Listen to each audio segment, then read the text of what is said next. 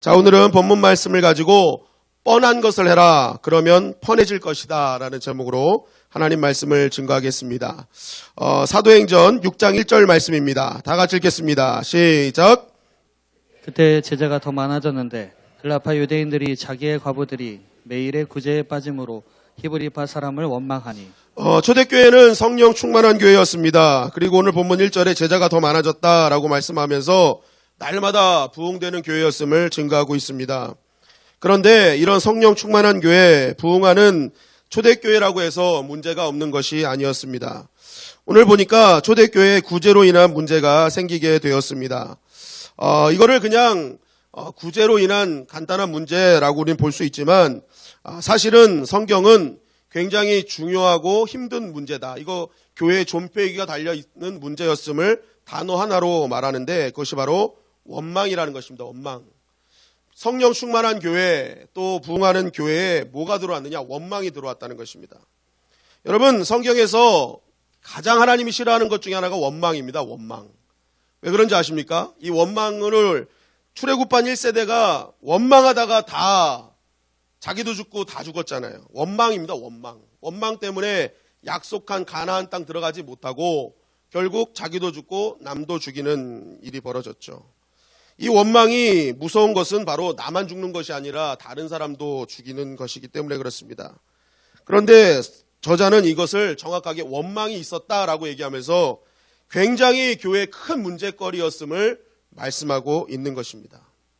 성령 충만하고 부흥되는 교회에 이런 생각지도 못한 큰 문제가 나타나게 된 것입니다.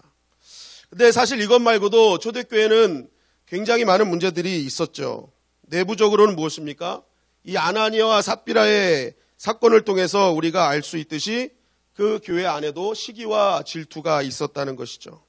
누군가 잘 되는 거 보면 나도 잘 돼야 된다라는 그런 시기와 질투가 그 안에 있었습니다. 또 오늘 본문에 헬라파, 히브리파 하면서 계속 뭐예요? 파벌이 있었다는 거예요. 그 안에서도 여러 개의 파벌이 나중에 고린도 교회에서도 뭐 아볼로파, 뭐 게바파 막 이렇게 내기도 하잖아요. 그러니까 이 파벌이 계속 존재했습니다. 그리고 외부적으로도 문제가 있었죠. 계속된 엄청난 핍박들. 여러분 초대교회 성령 충만 또 은혜 충만했지만 이 내부적과 외부적의 많은 문제를 안고 있었던 교회였다는 것입니다. 우리는 여기서 중요한 한 가지를 깨닫게 됩니다. 성령 충만하다고 해서 문제가 없는 것이 아니라는 것이죠.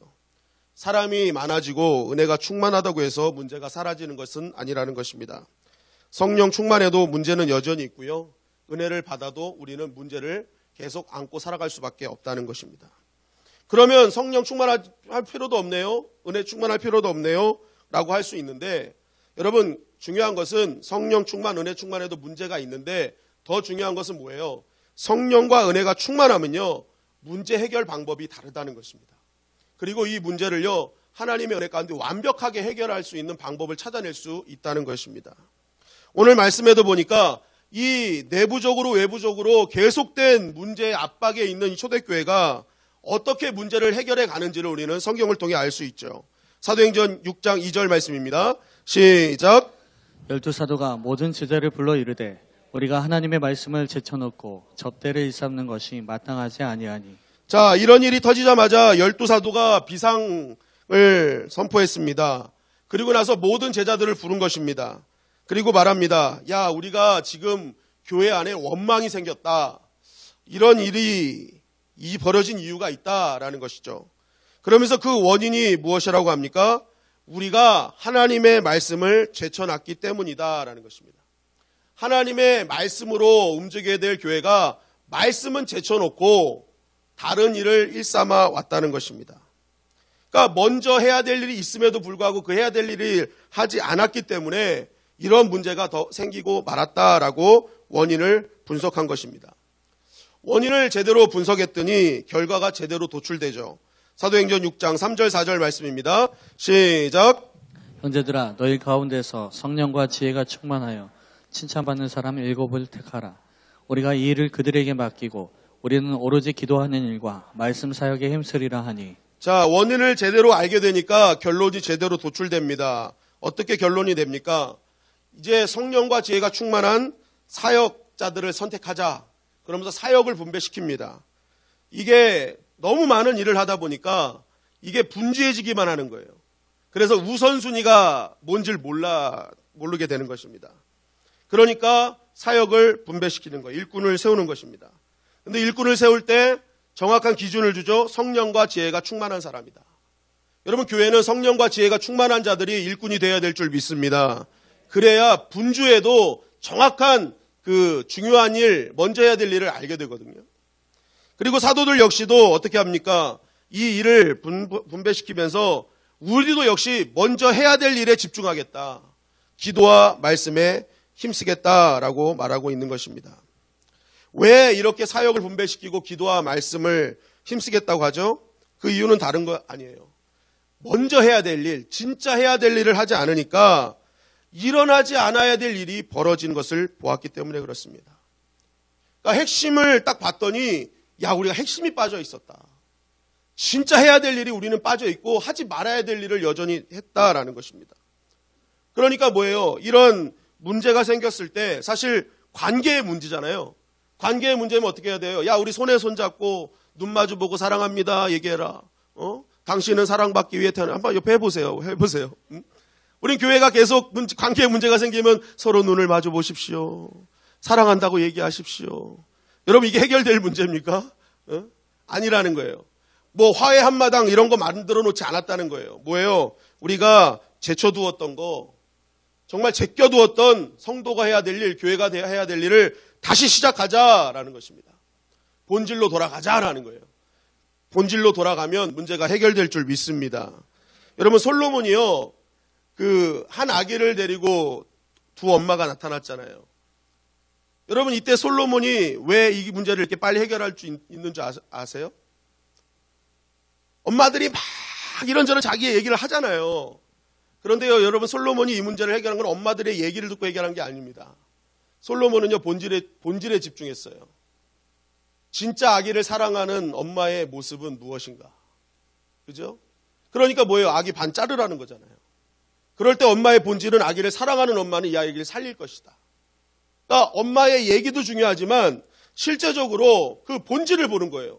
이거 본질이 제대로 된 엄마는 이 아이를 살릴 것이다. 그러니까 뭐든지 본질에 집중하다 보면요, 이 문제들은요 자연스럽게 해결될 수 있다는 것입니다. 오늘 말씀에도 보십시오. 우리가 이제 이렇게 본질에 집중할 것이다, 해야 될 일을 할 것이다 하고 난 뒤에 어떤 반응이 있었는지를 6장 5절 상반절은 이렇게 증거합니다. 시작. 온 무리가 이 말을 기뻐하여, 뭐예요? 온 무리, 그 자리에 있는 온 무리가 이 말을 듣고 기뻐했다는 거예요. 이게 맞는 일입니다. 이게 맞습니다. 드디어 우리가 즐거운 일이 생겼습니다라는 거예요. 즐거운 일, 펀펀한 일, 정말 기쁜 일이 생겼습니다라는 거예요. 이러한 기쁨이 넘치자마자 사도행전 6장 7절은 그 결과에 대해서 이렇게 증거합니다. 시작. 하나님의 말씀이 점점 왕성하여 예루살렘에 있는 제자의 수가 더 심히 많아지고 허다한 제사장의 무리도 이 도에 복종하니라. 네, 하나님의 나라가 확장되고 수많은 영혼들이 주께로 돌아오는 역사가 일어나는 거예요. 여러분, 이것처럼 기쁜 일이 어디 있습니까? 영혼 구원, 교회가 강성해지고 하는 일마다 막 어마어마한 능력들이 일어나는 것입니다. 본질로 돌아가니까 기쁨이 회복되고, 기쁨이 회복되니까 교회가 진짜 강력한 교회가 되더라는 것입니다. 여러분, 저는 이 말씀을 묵상하면서 결국 이런 오늘 제목이 생각난 것입니다. 기도와 말씀은 교회가 늘 해야 되는, 어떻게 보면 뻔한 일이라는 거예요. 뻔한 일. 이거는 삼척동자도 아는 일이에요. 교회는 기도와 말씀에 집중해야 되는 곳이 교회입니다. 그런데 이 뻔한 일을 뻔뻔하게 하면요, 뭐예요? 우리 안에 뻔한 일이 생긴다는 거예요. 즐거움이 회복된다는 거예요. 기쁨이 회복된다는 거예요. 오늘 보세요. 뻔한 일 하니까 이거 말 안 해도 아는 거잖아요. 그런데 뻔한 일 하니까 온 무리가 기뻐하고 교회에 계속 기쁜 일들이 막 넘쳐나는 것입니다. 여러분, 우리가 기억해야 될 것은 교회는요, 뻔한 일을 하지 않는 순간부터 문제가 생기게 되어 있다는 것입니다. 그리고 문제가 찾아와도 그 문제를 해결할 수 없어서 헤매게 된다는 것입니다. 그러나 교회와 성도가 다시 늘 우리가 아는 이 뻔한 일, 기도와 말씀, 여기에 집중하기 시작할 때 문제가 해결되고 문제가 와도 제대로 돌파하는 능력을 갖추게 된다는 것입니다. 이렇게 제쳐놨던 뻔한 일을 시작하고 이 두 세력에 어떤 변화가 있었는지를 사도행전 6장 5절 6절은 이렇게 증거합니다. 시작. 온 무리가 이 말을 기뻐하여 믿음과 성령이 충만한 사람 스데반과 또 빌립과 브로고노와 니가노르와 디몬과 바메아와 유대교에 입교했던 안디옥 사람 니골라를 택하여 사도들 앞에 세우니 사도들이 기도하고 그들에게 안수하니라. 자, 이 일로 인해서 이제 함께 기도하면서 사람들을 선출했습니다. 그런데 오늘 이 말씀을 보면 그냥 7명 선출했다라고 끝나면 되는데 저자는 7명의 이름을 정확하게 기록합니다. 정확하게 기록해 놓는데 이 사람들이 성경에 계속 등장하느냐? 그렇지 않아요. 그죠? 스데반 집중적으로 나오고 뭐 빌립 집사 집중적으로 나오고 그러나 다른 분들은 조금 등장하지 않아요. 그럼에도 불구하고 7명을 정확하게 열거했다는 거예요. 여러분, 이 이름을 열거했다는 건요, 분명히 이 이름을 통해서 주려는 메시지가 있다는 것입니다. 여러분, 이들이 딱 그동안 우리가 제쳐뒀던 일을 다시 한번 시작하자, 해야 될 뻔한 일을 하자 하고 이제 그런 일을 시작하면서 선출했던 사람들이 이 사람들이다 라면서 이렇게 얘기하는 이유가 있습니다. 그게 뭐냐면 이 열거한 사람들의 이름의 특징이요, 헬라식 이름이라는 거예요. 헬라식 이름. 헬라식 이름. 헬라식 이름이라는 것은 바로 헬라파 유대인들이 7집사로 선출되었다는 것입니다. 이거를 직접적으로 보여주는 거예요. 7집사가 헬라파 유대인들이 다 됐다. 여러분, 이것이 왜 중요한 것인지를 한번 제가 설명해 드리겠습니다. 아까도 말씀드렸지만 구제 사역은 초대교회 핵심 사역이었습니다. 가난은 나라도 해결 못하는데 초대교회는 가난한 사람이 없을 정도로 어마어마한 구제 사역에 힘썼습니다. 그런데 그 구제 사역이 막 부흥이 되면서 이제 문제가 생긴 거거든요. 그런데 그 문제가 뭐예요? 오늘 말씀해 보니까 구제가 차별적으로 이루어진 거예요. 차별적으로. 본문에 나온 대로 헬라파 유대인들이 자꾸만 구제 사역에서 빠지게 된 것입니다. 여러분, 왜 이 헬라파 유대인들이 이게 구제 사역에 빠지게 되었느냐? 오늘 말씀처럼 이제 헬라파와 히브리파로 나뉘는데 헬라파는 다른 게 아닙니다. 아수르 바벨론 침공 때 그들의 포로가 되기 싫어서 디아스포라, 다른 나라로 빠져나간 사람들이 이제 그 그리스어, 헬라어를 통용어로 사용하면서 그들이 이제 헬라어를 사용하기 때문에 헬라파 유대인이 된 거예요. 그러니까 정통 이스라엘 본토에서 떠난 사람들, 그리고 히브리파 유대인들은 그 나라를 끝까지 지켜낸 사람들입니다. 그래서 그들은 계속 히브리어를 사용해요. 그래서 그들을 히브리파 유대인이라고 했던 것이죠. 그런데 이제 헬라파 유대인들이 시대가 이제 바뀌면서 이스라엘로 돌아오면서 이제 유대 안에 헬라파 유대인과 히브리파 유대인들이 같이 살게 되었던 거예요. 그런데 이 두 파가 있었지만 실제적인 다수는요, 히브리파 유대인이죠. 헬라파가 아무리 많이 들어와도 그 본토에서 살았던 히브리파 유대인을 넘지 못했습니다. 그러니까 이 히브리파 유대인은 다수였고 특별히 초대교회를 이끌어가는 사도들 역시도 히브리파 유대인들이었습니다. 그러니까 모든 초대교회의 사역의 중심은요, 항상 히브리파 유대인 위주로 돌아가게 되었던 것이죠. 근데 그것이 구제 사역에도 영향을 미치게 된 것입니다. 그러니까 계속 다수인 히브리파 유대인들에게 자꾸만 구제 사역이 간 거예요. 그러니까 헬라파 유대인들은 계속 이게 제외가 되기 시작하니까 야, 이거 이러면 되냐? 이거 안 된다. 이거 잘못된 거 아니냐? 교회가 어떻게 이럴 수 있냐? 하면서 뭐예요? 원망하고 얘기를 했던 것이죠. 이의를 제기했던 것입니다. 그러니까 이 이야기를 딱 들은 사도들이 깜짝 놀란 거예요. 아이고, 이거 뭔가 잘못됐구나. 이거 교회에서 해야 될 사역이, 골고루 가야 될 사역이 이거 한쪽에만 치우치는 거, 이거 잘못된 일이구나. 그래서 깨달아서 어떻게 하는 거예요? 이제 7집사를 세워라. 그런데 조건이 있다. 그들은 성령과 지혜가 충만한 자들이 되어야 된다. 이렇게 조건을 준 거예요. 그 다음에 선출은 당신들이 하십시오라는 거예요. 성도님들 당신들이 모여서 이제 그 7집사를 선출해 주십시오라고 했던 것입니다. 사도들이 끼지 않은 이유가 뭐예요? 자신들이 여태까지 분주함 속에서 일을 진행하다 보니까 다수인 히브리파, 자기도 다수잖아요. 히브리파 유대인 쪽에 자꾸만 유익한 쪽을 주니까 야, 이거 우리가 끼면 이것도 또 문제가 될 수 있겠구나 해가지고 자신들은 선거에서 빠진 거예요. 그리고 성도님들 당신들이 선거를 하십시오라고 이제 나온 것입니다. 그래서 이제 초대교회 모든 이 성도님들이 함께 모여서 투표를 했는데 그 투표로 뽑은 일곱 집사님이 바로 오늘 이 헬라식 이름을 갖고 있는 일곱 집사가 뽑혔다는 것입니다. 여러분, 이거는 초대교회에 나타났던 엄청난 이변이죠. 왜냐하면 투표는 다수가 이기게 되어 있습니다. 뭘 해도 사람이 많으면 사람이 많은 사람이 이기게 되어 있어요.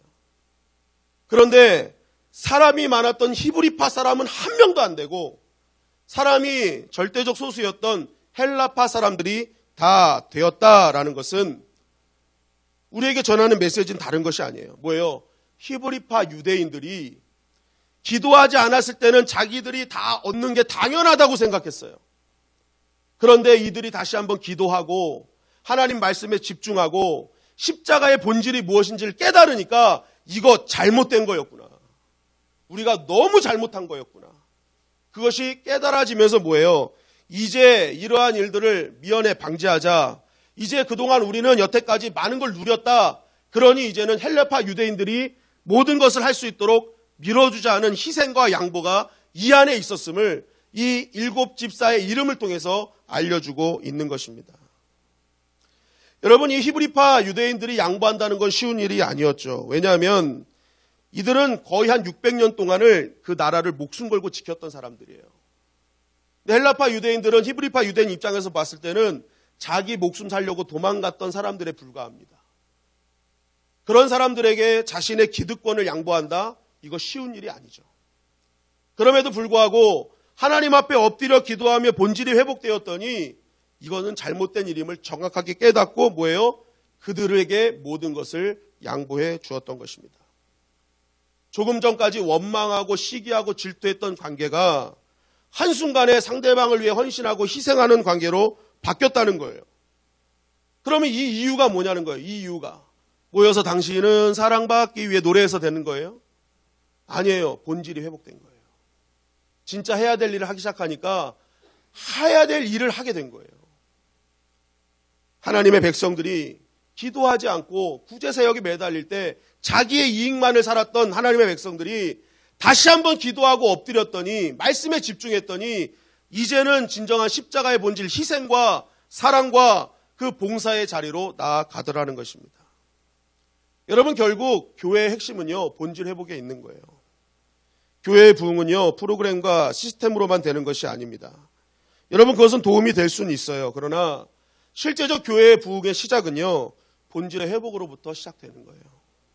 교회와 성도가 진짜 해야 될 일을 하는 순간부터 우리의 심령과 우리의 삶 가운데 진정한 부흥의 역사가 일어나는 것입니다. 여러분, 그래서 이 세상에서 가장 강력한 교회는 어떤 교회인 줄 아세요?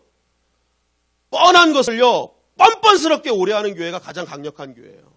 한번 따라하십시다. 뻔한 것을 뻔뻔스럽게 질리도록 유지하는 교회. 교회가 해야 될 뻔한 일을요, 뻔뻔스럽게 끈질기게 해내는 교회가 강력한 교회가 되는 거예요. 그러면 뭐예요? 우리 안에 즐거움이 회복되는 것입니다.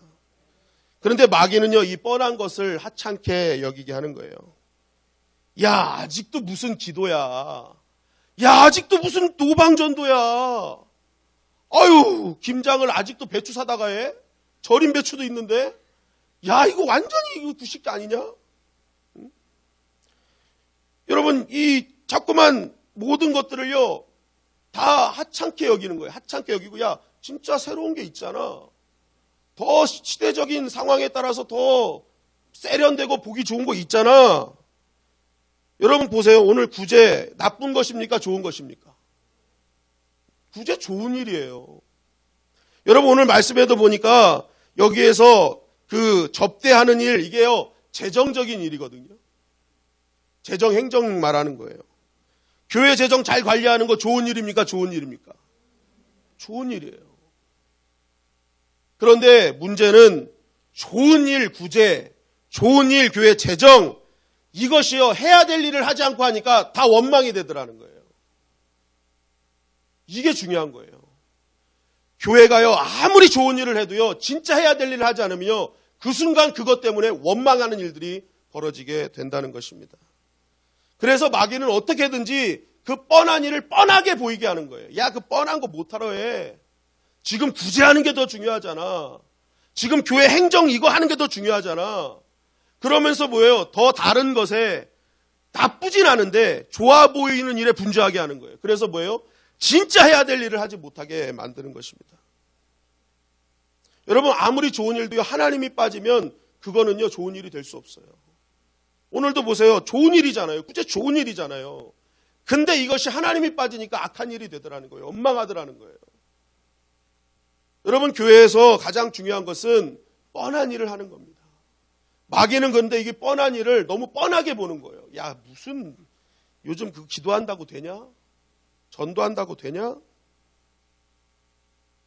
여러분 지금 김장하잖아요. 김장도요, 반드시 기도하고 하시기 바랍니다. 예. 이 김장 좋은 일입니까? 좋은 일입니까? 우리가 작년에 김장해서 1년 동안 먹고 살았잖아요. 맛있는 김치. 김장처럼 좋은 게 어디 있어요?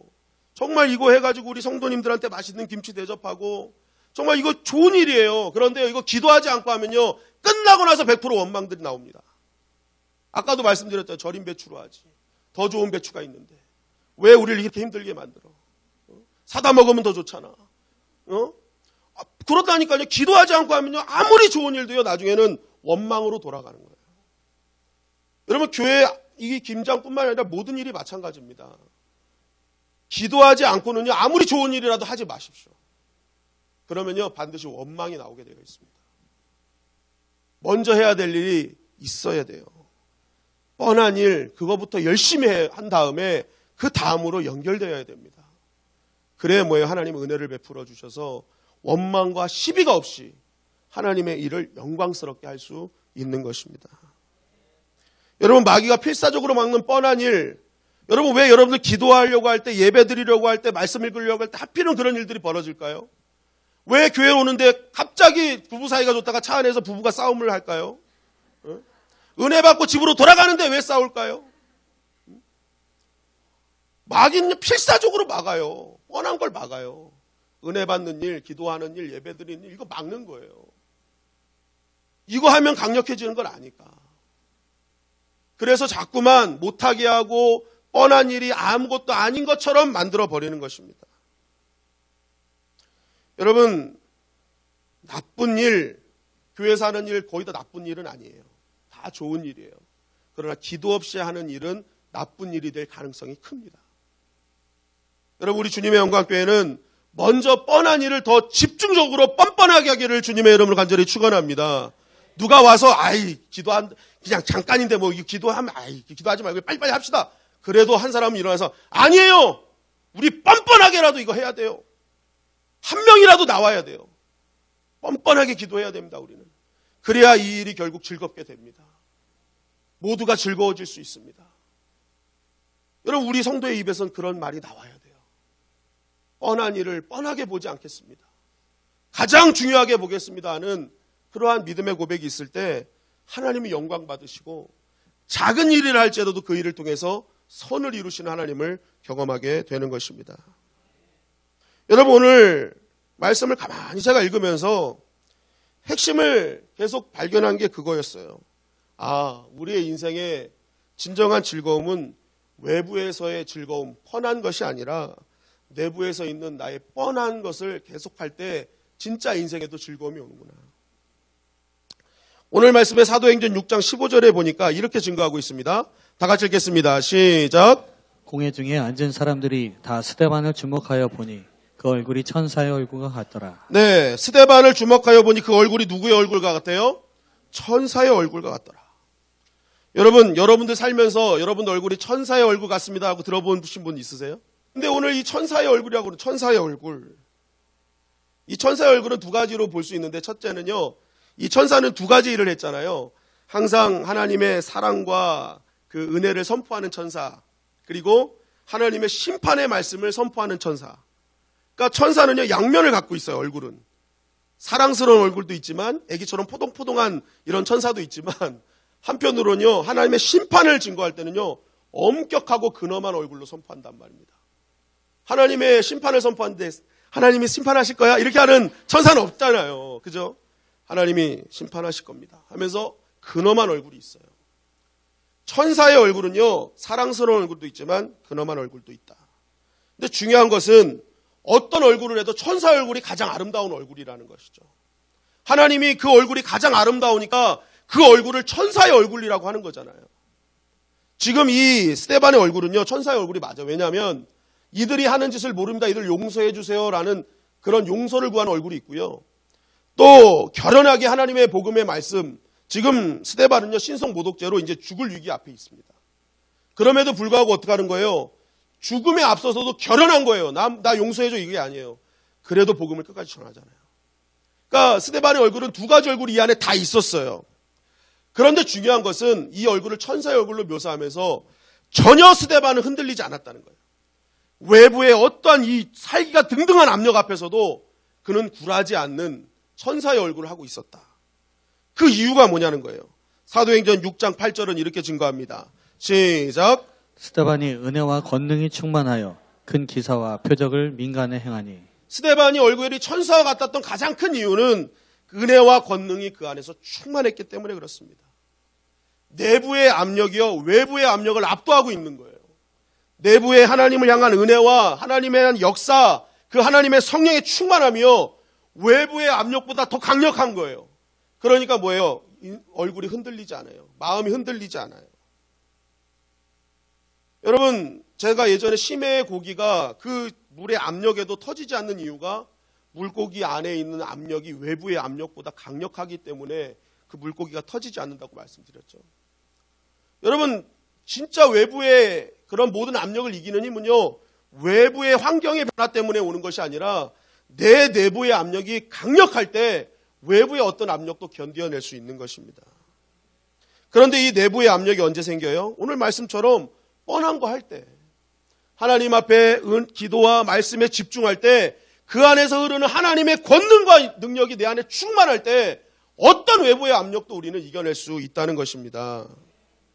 여러분, 얼굴은 얼꼴이잖아요. 얼의 모습이라는 거예요. 얼의 모습.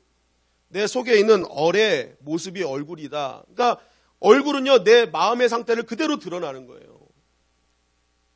그래서요, 그 사람이요, 외부가 저 사람은 저렇게 웃고 다닐 사람이 아닌데 항상 웃는 이유는요, 그분은요, 내부가 강력한 사람이에요. 하나님의 은혜와 성령의 권능으로 차 있는 거예요. 왜요? 늘 엎드리니까.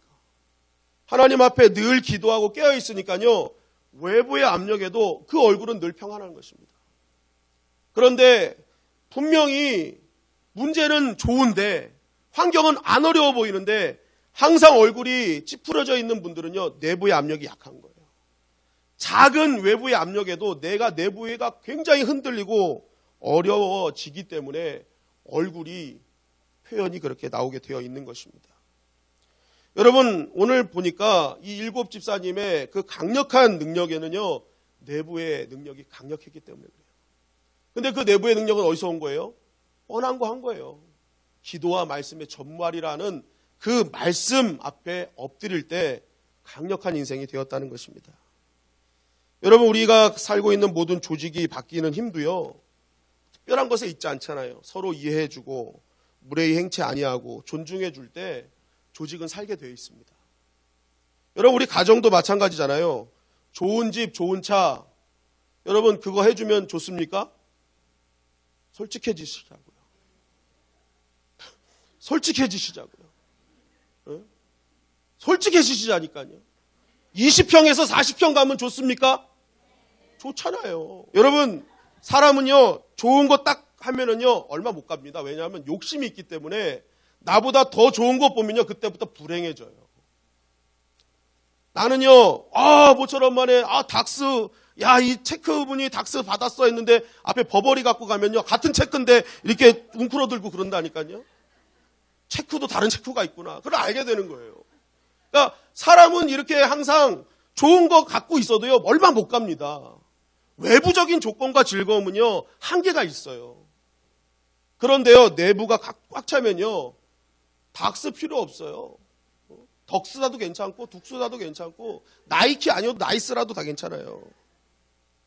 여러분, 가정이요, 진짜 행복한 것은요, 아무리 의리의리한 집에 있어도 내 남편과 아내가 행복하지 않으면 그 공간에 행복할 수가 없어요. 그러나 높은 빌딩 으쌰대지만 유행 따라 사는 것도 제멋이지만 반딧불 초가집도 누구와 함께면? 님과 함께면. 정말 그 사랑하는 님과 함께면, 그 사랑이 가득 차면 반딧불 초가집도 문제가 되지 않아요. 그러니까 본질입니다, 본질. 진짜 가정에서 필요한 본질이 회복되고요. 우리 조직체에서 필요한 본질이 회복되면요. 그 크기와 조건이 문제가 되지 않는다는 것입니다. 디모데후서 3장 5절은 이렇게 증거하죠. 시작. 경건의 모양은 있으나 경건의 능력은 부인하니 이 같은 자들에게서 내가 돌아서라. 네, 교회의 진짜 힘은 경건의 모양이 아니라는 거죠. 경건의 능력이 필요하다라는 것입니다. 저는 우리 주님의 영광교회가 그동안 지나온 시간들을 가만히 보면서 경건의 모양들, 교회의 모양을 이제는 갖췄구나라는 것을 느끼게 됩니다. 찬양대도 1, 2부 잘 조직되어 있고 이제는 안정화가 되어 가고 있고 모든 부서와 조직들이 체계가 되고 있고 이런 거 보면서 이제 교회의 모양을 갖췄구나. 이것을 느낍니다. 그러면서 이제 우리가 다시 한번 도약할 때는 모양을 갖추지 말고 이제 능력을 구해야겠구나라는 것을 생각하게 됩니다. 여러분, 우리 주님의 영광교회가 이제는 모양보다 능력을 구하는 교회가 되기를 주님의 이름으로 간절히 축원합니다. 그러기 위해서 우리에게 뻔한 일을 시작해야 돼요. 세상은 아직도 기도하냐, 아직도 전도하냐, 사단은 아직도 그렇게 구닥다리냐 하는 그러한 일이 우리에게는 본질이 돼야 되는 것입니다. 그래서 신앙생활을 할 때는 자꾸만 조건 바꾸는 데 집중하는 것이 아니라 내가 나의 중심의 신앙의 본질을 바꾸는 데 힘써야 돼요. 그러면요, 진짜 기쁨이 회복됩니다. 진짜 여러분들 오늘 말씀처럼 교회에 좋은 일들이 생기고 여러분 가정 속에 이러한 놀라운 부흥의 역사들이 일어나게 되는 것입니다. 여러분, 화장품 아무리 좋은 색조 화장품을 많이 써더라도요, 진짜 본질, 진짜 중요한 건 뭐예요? 에센스잖아요. 에센스. 그래서 보니까 비싼 에센스가요, 엄청 그 에센스가 비싼 건 엄청 비싸더라고요. 그죠? 제가 얼마 전에 집사람 화장품을 하나 선물했습니다. 거기에 예전에 유명했던 아주 좋은 에센스가 하나 들어있었어요. 다른 건 별로 안 좋아하는데 그거 보면서 희죽희죽 하더라고요. 왜요? 본질이 회복되는 거예요. 아무리 색조 많이 써도요, 본질이 이뻐요, 본질이. 피부가. 본질이 회복돼야 되잖아요. 그러면 덕지덕지 안 발라도 본질이 이쁘면은 이거 색조 필요 없는 거거든요. 마찬가지예요. 우리가 왜 신앙생활이 힘들어요? 본질이 회복되지 않고 그냥 덕지덕지 딴 것만 갖다 붙이니까 힘든 거예요. 그때 우리가 해결해야 되는 건요, 에센스예요. 본질이에요. 본질로 돌아가는 거예요. 여러분들 그 본질이 돌아가면요, 덕지덕지 할 필요도 없어요. 자유롭게, 가볍게, 마음껏 사명을 감당할 수 있는 것입니다. 미국의 텍사스의 어떤 교회에 있었던 일이라고 합니다. 교회 부지를 샀는데 그 교회 부지에서요, 유전이 발견이 됐대요. 난리가 난 겁니다. 이야, 우리 교회 이제 부자 됐다. 이제 어마어마한 부자가 됐다. 너무 좋아한 거예요. 그러면서 이제 교회 성도님들이 모여서 회의를 했답니다. 이 유전을 우리가 이제 어떻게 해결할까 하다가 이 성도님들이 결론을 이렇게 낸 거예요. 어차피 교회의 주인은 성도니까 우리 성도들 모두가 수익의 n분의 1을 가져가기로 하자 해가지고 땅 통과시켰대요. 그런데요, 그 교회가 얼마 뒤에 없어져 버렸대요. 이유가 뭔지 아세요? n분의 1로 하기로 하니까 더 이상 성도를 받지 않았던 거예요. 성도 더 받으면 지분이 다 날아가니까 교회를 성도를 안 받은 거예요. 전도해야 되고 영혼 구원해야 될 교회가 본질을 하지 않으니까 교회가 문 닫는 거예요. 유전이 발견돼도 소용이 없어요. 본질에 집중하지 않는 교회는 없어지게 되어 있습니다. 여러분, 교회와 성도는 본질에 집중해야 될 줄 믿습니다. 그러기 위해서 오늘 우리는 뻔한 것을 다시 회복해야 돼요. 기도와 말씀에 전무하는 일. 하나님 앞에 십자가 희생의 자리로 나아가는 이 본질. 여러분, 저는 이왕 우리 할 거면은 열정적으로 하기를 주님의 이름으로 간절히 축원합니다. 오늘 말씀에도 4절에는요. 기도하는 일과 말씀 사역에 힘쓰니라 라고 하는데 여기서 힘쓴다는 것은 그냥 막 이렇게 힘썼다는 그 의미를 넘어섭니다. 여기서 원문을 해석하니까요. 집중하다 칠핏줄이 터졌다는 의미를 사용하고 있어요. 얼마나 집중했는지 거기에 심혈을 기우니까 핏줄이 터지도록 거기에 집중했다는 거예요. 그랬더니 뭐예요? 하나님의 역사를 경험한 것입니다. 여러분 대충 하지 마시고 오늘 말씀처럼 정말 내가 실핏줄이 터져가면서까지도 하나님께 엎드리고 구하는 자에게 하나님은 생각지도 못한 부흥과 은혜를 회복시켜 주십니다. 여러분 우리 주님의 영광교회 오늘 이 시간 여러분 우리 한번 정말 힘썼던 이 초대교회의 이 놀라운 본질의 모습을 이 시간에 우리 다시 한번 회복시킴으로 이 초대교회에 임했던 기쁨, 이 초대교회에 임했던 부흥, 그것의 주인공이 우리 주님의 영광교회와 여러분들이 되시기를 주님의 이름으로 간절히 축원합니다. 오늘 기도할 때 하나님께서 놀랍게 역사해 주실 줄 믿습니다.